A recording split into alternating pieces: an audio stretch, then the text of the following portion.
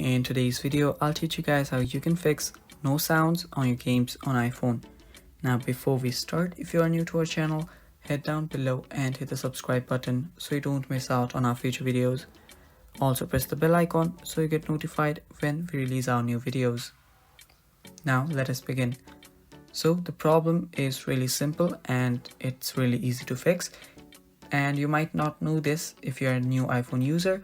Now all you need to do when you're playing games and you don't get the sound is that you will need to turn this button on.